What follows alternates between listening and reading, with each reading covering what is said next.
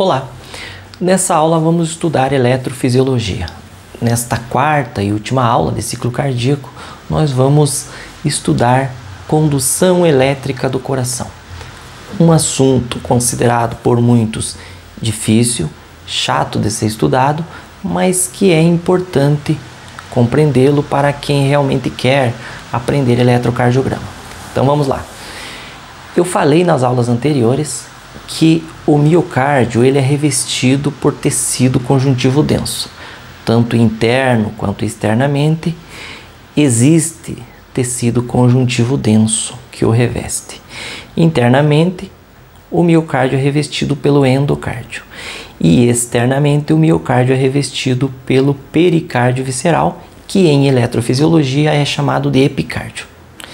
Existe também um tecido conjuntivo denso que separa os átrios dos ventrículos, o que é o septo atrioventricular. Um tecido fibroso que separa essas estruturas e é também onde se ancoram as válvulas do coração e de onde saem as grandes artérias. Então, o tecido conjuntivo denso ele é composto de fibrócitos, e essas células elas sintetizam o colágeno, uma proteína que é impermeável à água, dificultando a passagem de íons por entre essas estruturas.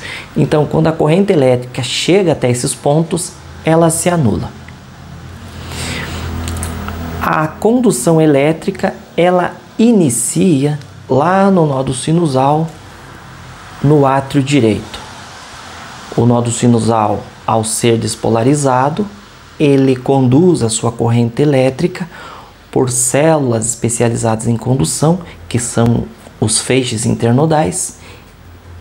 E os feixes internodais, eles percorrem por baixo do endocárdio, sentido ventrículo. A condução elétrica, ela segue de subendocárdio para subepicárdio. Ela inicia abaixo do endocárdio, percorre subepicárdio, onde se anula. E a corrente elétrica que chega até o septo atrioventricular também se anula. Apenas algumas células, alguns miócitos de grande diâmetro, conseguem transpor essa barreira fibrosa, que é o septo atrioventricular, conduzindo essa corrente elétrica para os ventrículos, que são as células de Purkinje. A condução elétrica ela segue despolarizando e ao ativar todos os miócitos ventriculares, ela tenta retornar novamente através daquele ponto onde ela tinha passado e se anula, porque pega essas células que tinham recém-conduzido a corrente elétrica, ainda tentando repolarizar. Nesse instante, o nódo sinusal inicia novamente a sua despolarização, iniciando um novo ciclo. Estruturas relacionadas com a ativação e condução elétrica do coração.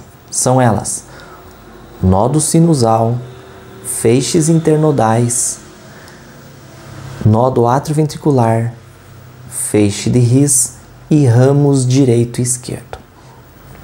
O nódo sinusal ele está localizado na parede posterior do átrio, na veia cava, entre veia cava superior e apêndice atrial direito.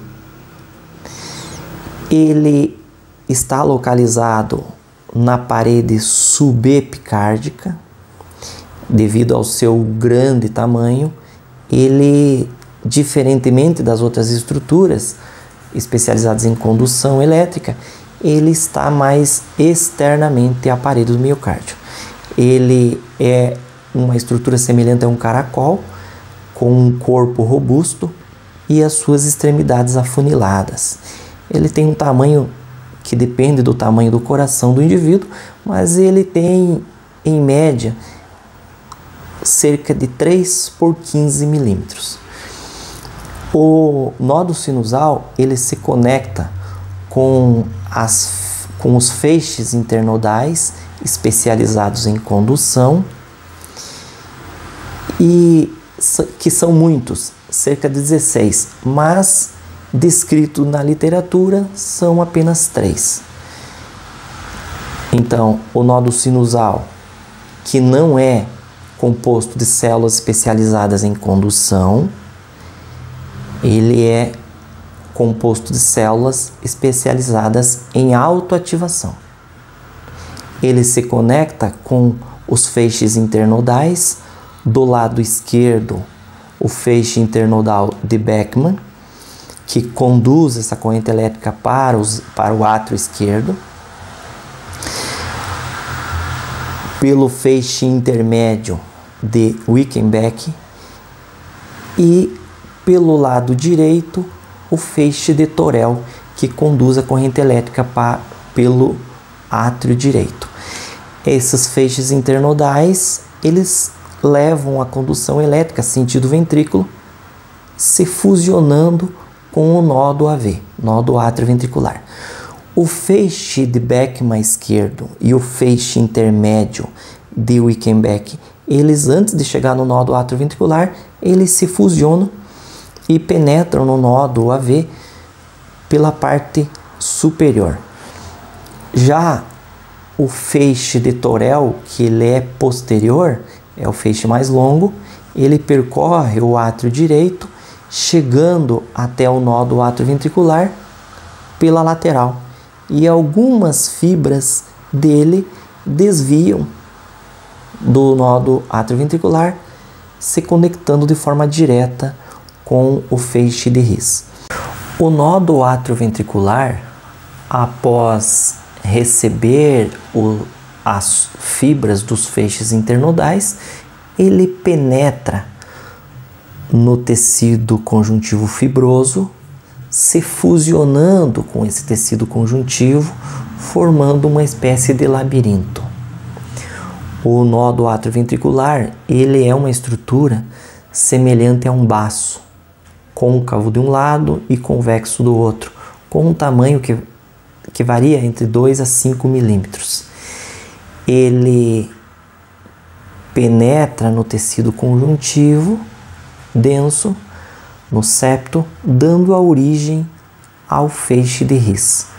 O feixe de His, ele segue pelo septo interventricular, onde se divide, dando a origem aos ramos direito e ramo esquerdo ventriculares. Com exceção do nódo sinusal, que está na parede subepicárdica, e o feixe de His, que tem a sua origem mais profundamente no septo, tendo uma relação próxima com as válvulas tricúspide mitral, as outras estruturas especializadas em condução, elas percorrem a parede subendocárdica, logo abaixo do endocárdio. E essa corrente elétrica, ela vai sempre seguir de endocárdio para pericárdio. Do ponto de vista eletrofisiológico, o coração ele possui 3 tipos de células diferentes. São elas: os miócitos especializados em autoativação, os miócitos especializados em condução elétrica e os miócitos especializados em contração. Os miócitos especializados em autoativação, eles têm uma característica que é de ativar, de se despolarizar sem a necessidade de um estímulo externo. Essas células, elas possuem receptores intracelulares. Esses receptores são sensíveis a voltagens e quando essa célula ela atinge uma determinada voltagem negativa, ela abre canais iônicos, permitindo novamente a entrada de íons, levando à despolarização. As células que têm essa característica são as células do nódo sinusal, as células do nodo atrioventricular e as células de Purkinje. As células do nodo sinusal, elas têm uma frequência de ativação elétrica que varia entre 50 e 100 ativações por minuto no indivíduo que esteja em repouso. E as células do nodo AV, elas têm uma frequência de ativação que varia entre 40 a 60 ativações por minuto. E as células de Purkinje, elas têm uma frequência de ativação que varia entre 20 a 40 ativações por minuto.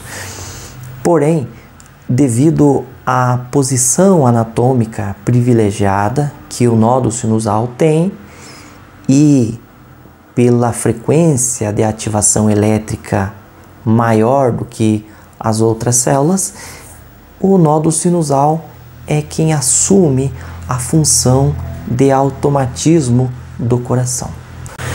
Já as células especializadas em condução são os miócitos, que estão relacionados com os feixes internodais, o nódo atrioventricular, feixe de His e ramo direito e esquerdo. Os miócitos especializados em condução, eles não se contraem, eles apenas despolarizam e conduzem a sua corrente elétrica para a célula vizinha.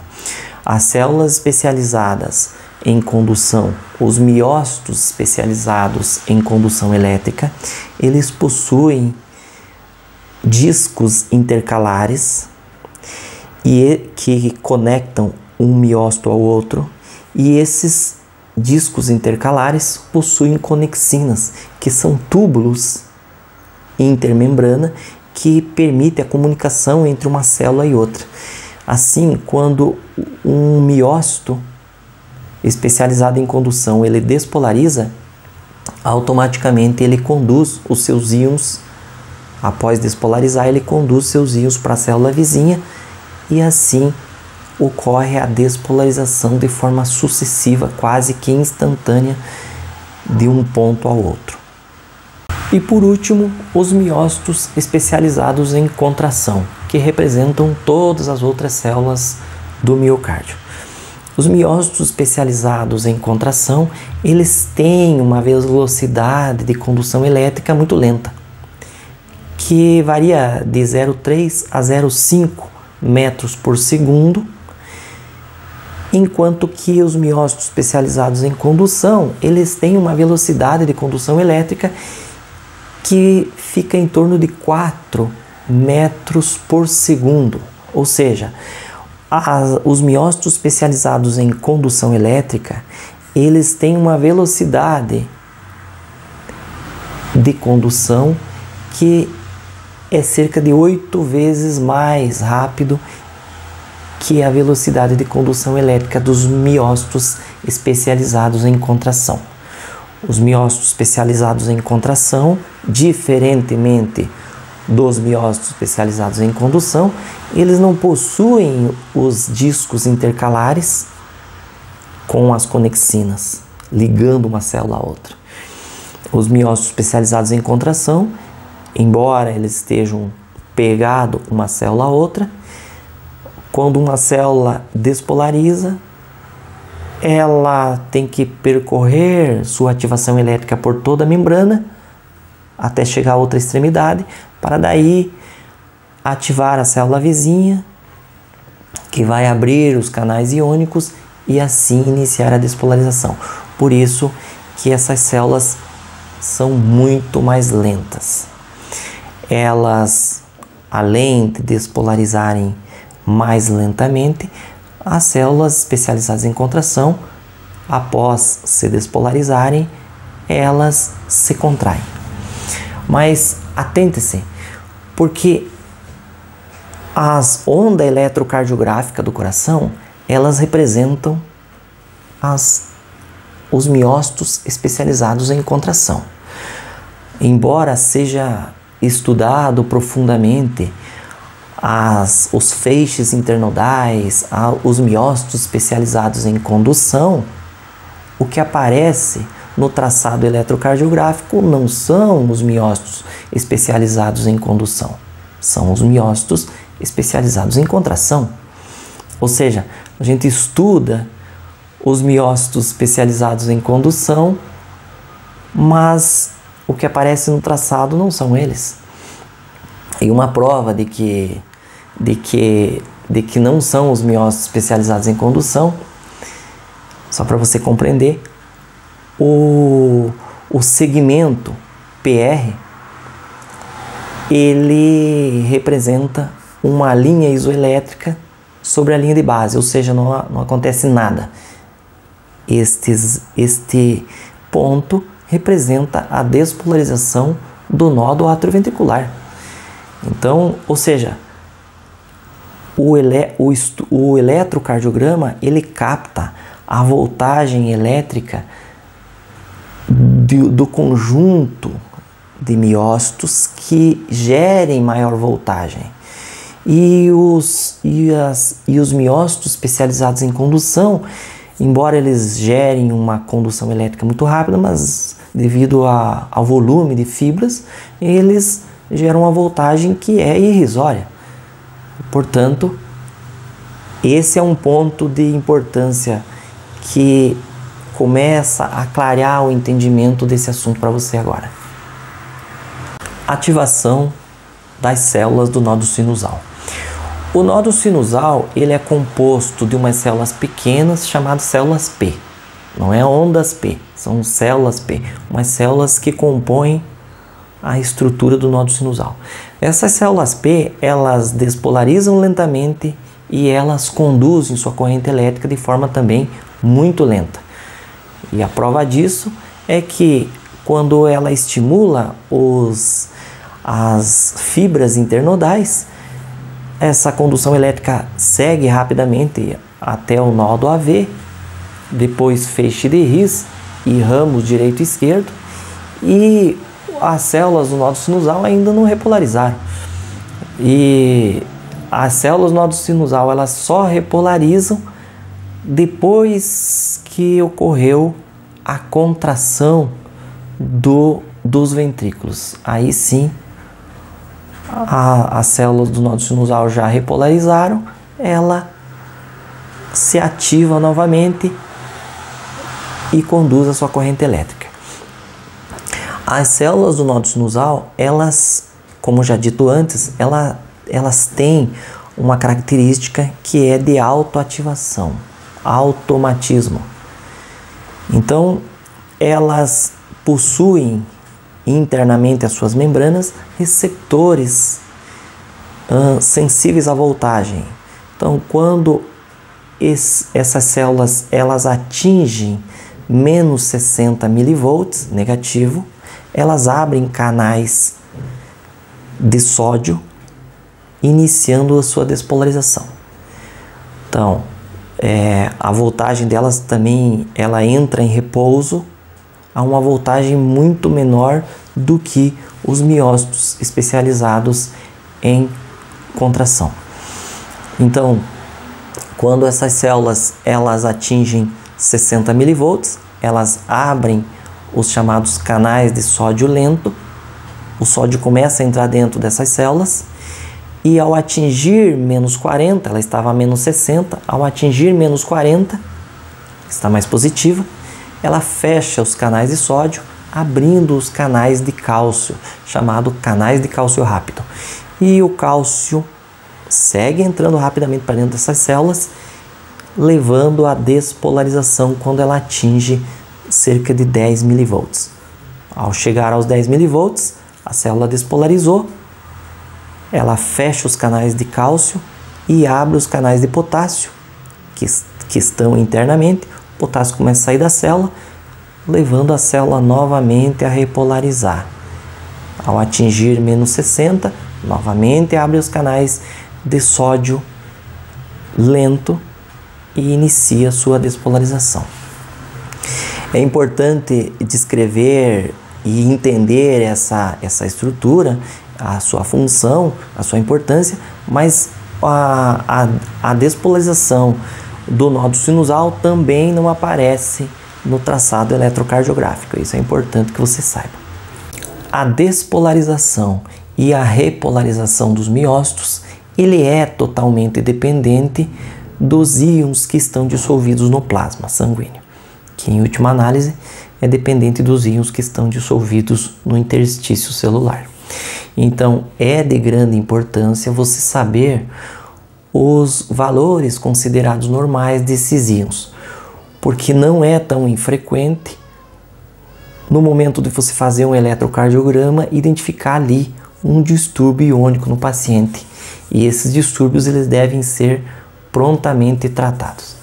Então, os valores considerados normais do sódio variam de 135 a 145 mEq por litro no sangue. Já o potássio, a partir de crianças de 1 ano, ele tem valores considerados normais que variam de 3,5 a 5,3 mEq por litro também. Agora, o cálcio, ele tem valores considerados normais que variam de 4,6 a 5,3 miligramas por decilitro.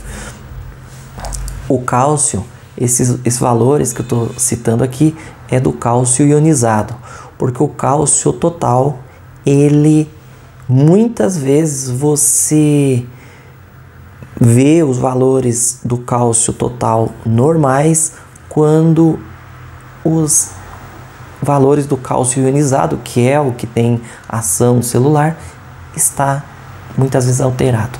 Então ele dá muitas vezes falso. Então o cálcio ionizado é o que deve ser buscado. Bem, mas desses 3 íons, os 2 íons que mais estão envolvidos com a função cardíaca e que afetam realmente a condução elétrica do coração são o cálcio e o potássio.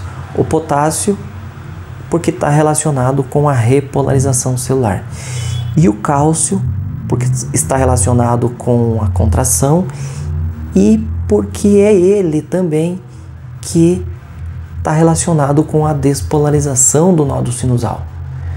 Então, valores aumentados ou diminuídos do íon cálcio sempre vão alterar a frequência de ativação do nódulo sinusal, além, claro, da contração. E o potássio vai afetar a repolarização celular. Despolarização e repolarização dos miócitos especializados em contração celular. Os miócitos especializados em contração, quando eles despolarizam suas células, eles geram uma voltagem de cerca de 105 mV. Quando eles estão em repouso, eles têm uma voltagem negativa de cerca de menos 85 mV. Quando eles despolarizam e geram esses 105 mV, eles atingem cerca de 20 mV positivo.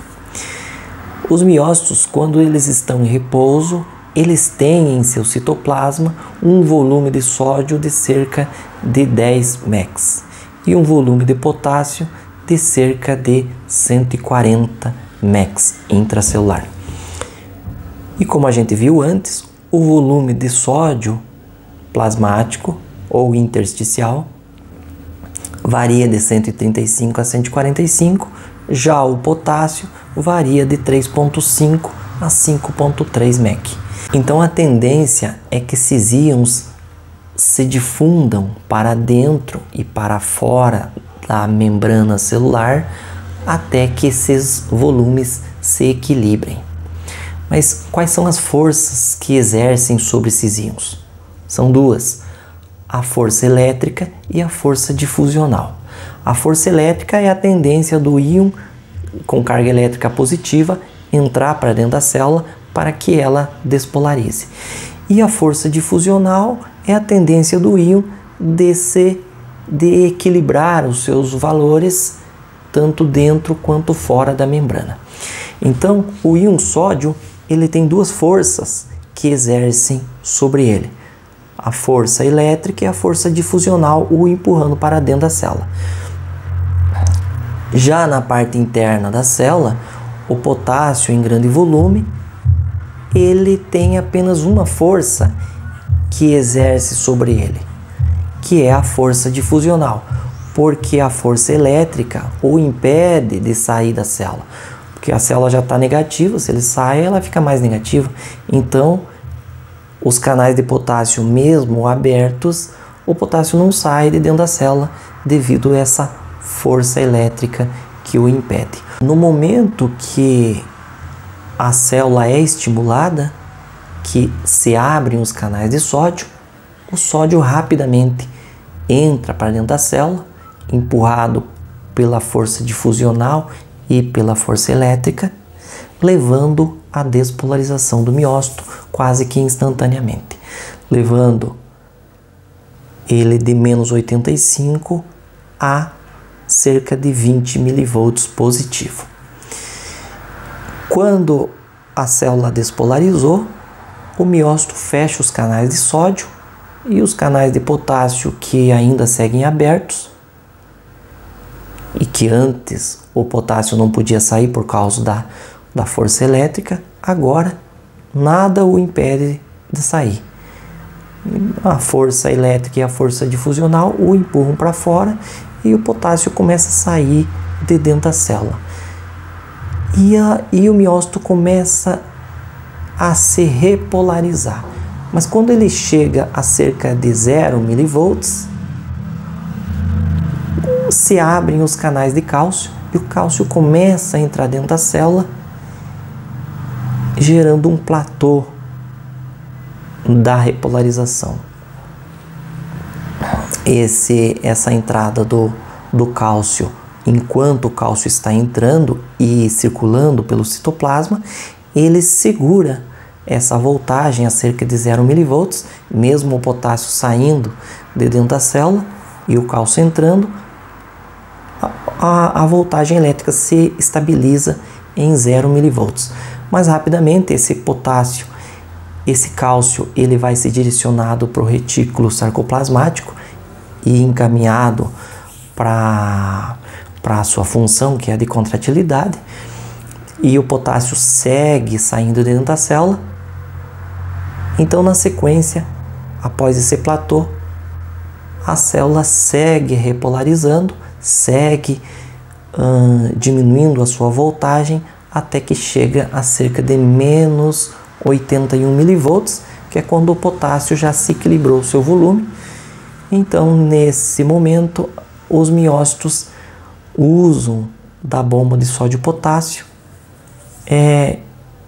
jogando 3 moléculas de sódio para fora da célula e 2 de potássio para dentro, ganhando mais 4 milivolts de carga negativa, chegando à repolarização.